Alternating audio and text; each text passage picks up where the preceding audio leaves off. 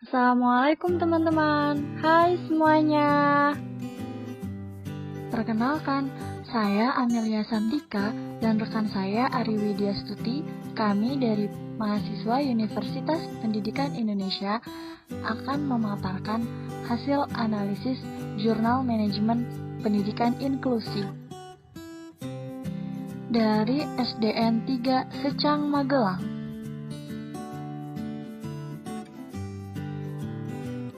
Teman-teman, setiap orang tua mengharapkan anaknya terlahir dalam kondisi normal secara fisik maupun mental. Namun, dalam kenyataan tidak demikian, karena kondisi fisik dan mental yang beragam sehingga mempengaruhi kemampuan mereka untuk mengikuti pendidikan secara normal. Pendidikan inklusi adalah sistem penyelenggaraan pendidikan yang memberikan kesempatan kepada semua anak berkebutuhan khusus dan atau anak yang mengalami hambatan akses pendidikan untuk mengikuti pendidikan atau pembelajaran dalam satuan pendidikan sekolah terdekat secara bersama-sama dengan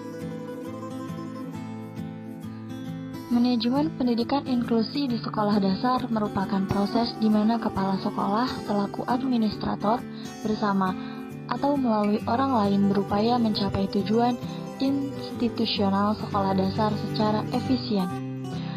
Apabila definisi tersebut dikaji secara seksama, terdapat makna tersirat berkenaan dengan konsep manajemen sekolah dasar, yaitu penyelenggaraan pendidikan bertujuan untuk menghasilkan lulusan yang beriman dan bertakwa kepada Tuhan Yang Maha Esa. Manajemen pendidikan inklusi di SD Negeri Secang 3 memuat 8 ruang lingkup.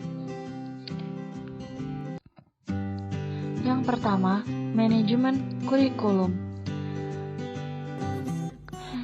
Model kurikulum pendidikan inklusi terdiri dari 3 komponen model yang akan dijelaskan seperti berikut. 1. Model kurikulum reguler, yaitu kurikulum yang mengikut sertakan peserta didik berkebutuhan khusus untuk mengikuti kurikulum reguler sama seperti kawan-kawan lainnya. 2. Model kurikulum reguler dengan modifikasi, yaitu kurikulum yang dimodifikasi oleh guru pada strategi pembelajaran, jenis penilaian, maupun pada program tambahan lainnya dengan tetap mengacu pada kebutuhan peserta didik berkebutuhan khusus. 3. Model kurikulum program pembelajaran individual atau PPI, yaitu kurikulum yang dipersiapkan guru program PPI yang dikembangkan bersama tim pengembangan yang melibatkan guru kelas. Selanjutnya ada manajemen kesiswaan atau peserta didik. Manajemen peserta didik bertujuan untuk mengatur berbagai kegiatan peserta didik agar kegiatan belajar mengajar di sekolah dapat berjalan lancar, tertib dan teratur, serta mencapai tujuan yang diinginkan. Manajemen kesiswaan meliputi antara lain penerimaan siswa baru, program pembimbingan dan penyuluhan, pengelompokan belajar siswa, bimbingan siswa, dan penilaian siswa. Selanjutnya ada manajemen sarana dan prasarana. Manajemen sarana prasarana sekolah bertugas merencanakan, mengorganisasikan, mengarahkan, mengkoordinasikan, mengawasi, dan mengevaluasi kebutuhan dan penggunaan sarana prasarana agar dapat memberikan sumbangan secara optimal pada kegiatan belajar mengajar. Selanjutnya ada manajemen pembiayaan. Manajemen pembiayaan, komponen keuangan sekolah merupakan komponen produksi yang menentukan terlaksananya kegiatan belajar mengajar bersama komponen-komponen lain. Dengan kata lain, setiap kegiatan yang dilakukan sekolah memerlukan biaya.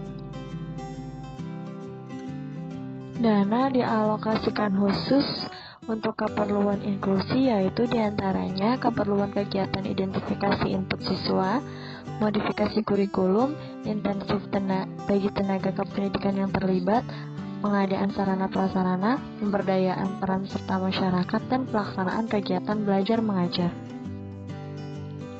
Selanjutnya ada manajemen budaya dan lingkungan sekolah.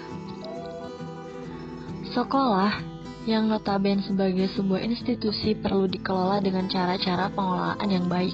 Manajemen budaya dan lingkungan sekolah mempunyai peluang besar dalam menghasilkan lulusan-lulusan yang memiliki karakter nilai-nilai baik agar pendidik dapat berlangsung sebagai usaha yang sungguh-sungguh untuk mewujudkan suasana belajar dan proses pembelajaran kondusif, sehingga dapat menghasilkan siswa yang tidak hanya cerdas secara kognitif, tetapi siswa yang berkarakter positif.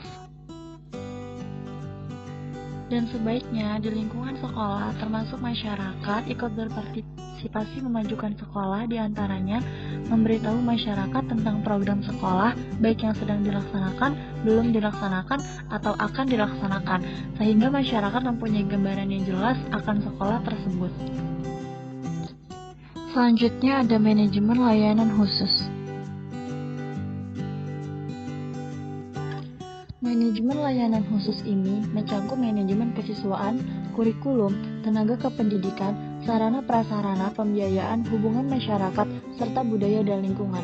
Kepala sekolah dapat menunjuk stafnya, terutama yang memahami ke-PLB-an untuk melaksanakan manajemen layanan khusus ini. Guru menggunakan metode pembelajaran kooperatif yang melibatkan kerjasama antara anak dan pengajar secara interaktif. Partisipasi dan kerjasama antara semua komponen semakin ditingkatkan, terutama kerjasama antara orang tua dan guru mulai dari perencanaan pembelajaran sampai pada evaluasi tindak lanjut. Tujuan manajemen pendidikan inklusi. 1. Terwujudnya suasana belajar dan proses pembelajaran yang aktif, kreatif, efektif, menyenangkan, dan bermakna. 2. Terciptanya peserta didik yang aktif mengembangkan potensi dirinya untuk spiritual keagamaan, pengendalian diri, kepribadian, kecerdasan, akhlak mulia, serta keterampilan yang diperlukan dirinya, masyarakat, bangsa, dan negara. 3. Terpenuhinya salah satu dari 5 kompetensi tenaga kependidikan. 4. Tercapainya tujuan pendidikan inklusi secara efektif dan efisien. 5. Terbekalinya tenaga kependidikan dengan teori tentang proses dan tugas administrasi pendidikan inklusi.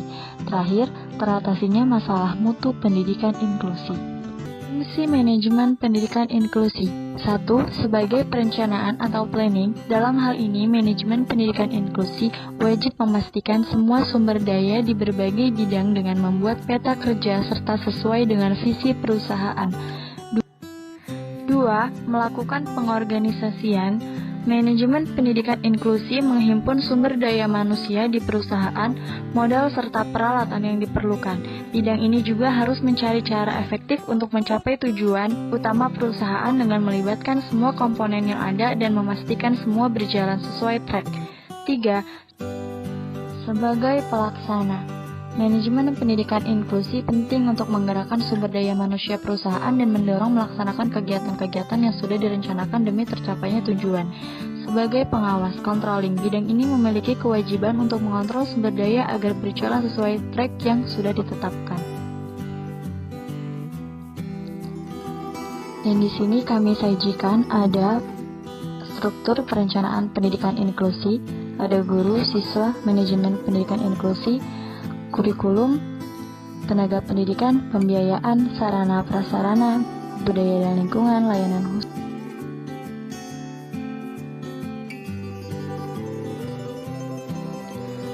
Terima kasih.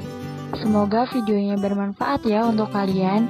Sampai ketemu di video pembelajaran berikutnya. Sampai jumpa.